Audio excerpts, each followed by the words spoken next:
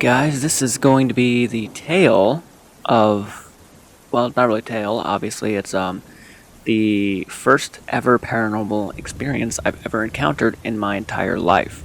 This is what brought me to believe in the paranormal at a very young age. I've always believed in it. I've always seen things. I've always heard things. I've always have experienced things that I truly can't explain in some cases.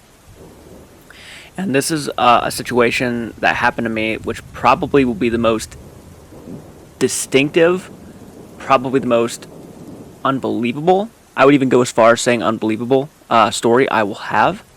It's going to be out there a lot more than the other stories and the other experiences I've had because it just is. When I was about 8 years old, 8 or 7, around that time, there was a night where I was laying in my bedroom and I decided I was just not comfortable staying in that bedroom. And I slept with my brother. We shared the same room, and I just did not feel comfortable that night. So, and it was on a school day because I remember I had to go to school the next morning, but I just did not feel comfortable in that room. And there was something about the attic door, I think, that really just kind of uneased me in the corner of the room because we had the attic door in our room. So I decided to go to my parents' room, and my mom and dad scooted over. My dad was on the far left of the bed, my mom was in the middle, and I was on the far right, closest to the bedroom door. They let me sleep with them because I was just too scared to fall asleep in my normal room. So we're laying there, and the room is pitch black besides the light that was coming in from the outside, which was more than likely the street lamps or the moon. I can't remember which. But I remember the lights just glazing all over the walls, just everywhere on every corner of the room. And out of nowhere, the only thing I can say to you to explain what I saw on the walls, the only thing I can tell you is if you know what a lava lamp looks like, where the material inside the lava lamp kind of comes together and breaks apart and kind of does that weird forming all around. It was kind of like that all over the walls, where it was not really forming any figure or forming any shadows, but they were shadows in a sense. But I remember watching this all up and down the walls, and it made me insanely uncomfortable to the point where I was watching it for about probably good 10 to 15 minutes, just watching these designs, these weird shapes go up and down the walls on every corner of the room, and there was nothing that could be causing these shadows or these forms, really. So I decided to try to wake my mom up, in which my mom was not waking up. So I really started to panic. I could not believe what I was seeing, and I was trying my best to kind of, at the time, just trying to come up with a reasonable explanation on what this could be, what could be causing these kind of shapes. And nothing came to my mind, which scared me more. The fact that I didn't understand what was happening was probably the most unsettling thing in the moment. Finally, my mom kind of just shrugged and said, go ahead and go back to sleep. She was not having it. It was very late. It was probably going around 10:30 at night, 10:30 to 11. And I'm just sitting there watching these shapes go up and down the walls. No one was listening, and I couldn't get no one to help me. So I'm watching these shapes and stuff go up and down the walls. At this point, I'm wide awake, and I can't fall asleep. So I'm watching the shapes, and of course I did that typical thing where you close your eyes, you open them, and you're kind of hoping that they leave. But it just was not happening for me. It just was not happening for me. And it was beginning to get very stressful. To the point now where it was probably going on about 12. Probably 12. I would say 12 is a safe time to say when that was happening. Again, I cannot remember every distinctive thing about this night, but I do remember what was happening. I then recall that we had a coat hanger in the corner of the room. Of course, a coat hanger. And this coat hanger had probably about a couple coats on it, a jacket, and a hat on the top. And I, for some reason, could not take my eyes off this coat hanger. But at this point, I think the fear was beginning to get to me, to where I'm actually sitting and looking at this corner like there's something that's going to pounce at me or attack me. You ever had that feeling of just knowing that there's something there, but nothing was really there, and you felt like if you moved even a sliver, that something is going to pounce out and get you? I had a strong connection of that feeling looking at the corner of the room while these things are going up and down the walls.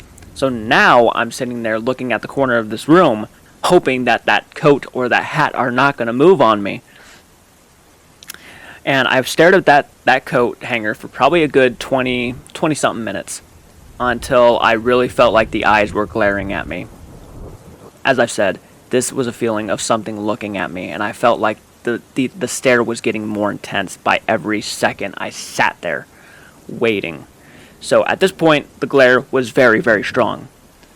And in my immediate reaction, I decided to pull the covers up over my head, which became the first biggest mistake of that night that I made, where I pulled the covers over my head, and I can only describe to you what was in my face was a white, pale, thin, skeletal face. Couldn't tell if it was a woman or a man. I didn't care. I pulled the covers right off my head, and I started sweating, because now I knew this was not natural, and that would cross my mind for the rest of the night. I would hear noises, I would hear things moving in the room without even seeing anything move in the room. As I said, the room is pretty dark besides the light that was coming in through the windows. I was sitting there for probably I was sitting there and laying there for till about 4:30 to 5 in the morning when my dad had to wake up to go to work. And by the time they woke up and got out of the bed, I immediately broke my character. I was so silent the entire night, so scared, that I broke my character and was describing to them that I could not sleep. I was seeing shadows going up and down the walls until the moment you guys woke up. I was terrified. I was shaking. I was just uncomfortable. My parents, not knowing how to react, just told me to sit in the room with my sister, who was very small at the time, and watch cartoons. So I did. I sat in the room and watched cartoons with my sister while they were out in the living room waking up. Since, they were asleep all night. Lucky, right?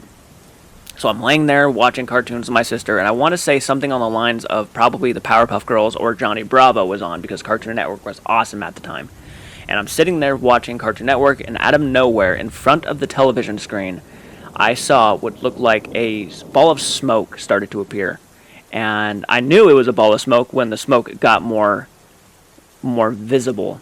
And it I don't know if visible is the right word to use, but it got more in my face, literally here in a few seconds, because that smoke, from what I could tell, it was somebody smoking a cigarette in front of the TV, or a cigar, or something along those lines. And I remember the smoke got bigger, and then I heard like someone blowing the smoke, and then all of a sudden that smoke came right into my face.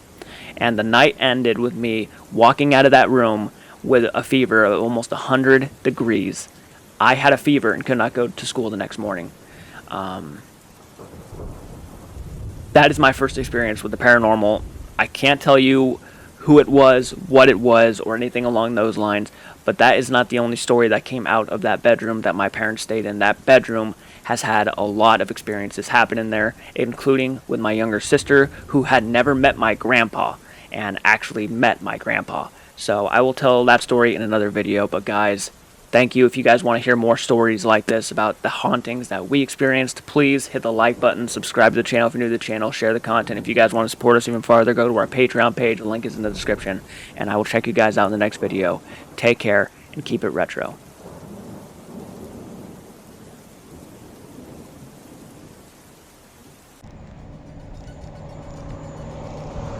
Holy shit, Michael. We made it to We Slaughtered Barbecue. The epitome and the purpose of our trip is to make it to this area. Oh yes. Food and cattle. Yep. I just noticed, is that a cemetery way over there, or are those cattle? No, I think that is a small cemetery. Holy shit, that's kind of cool and creepy. That thing is massive, but there's not just that one. There are spiders literally There's everywhere. one there. There's one there. There's one over there. And then there's this one here. Dude, they're everywhere on the property. Huge. It's Oh, cool. there's one there.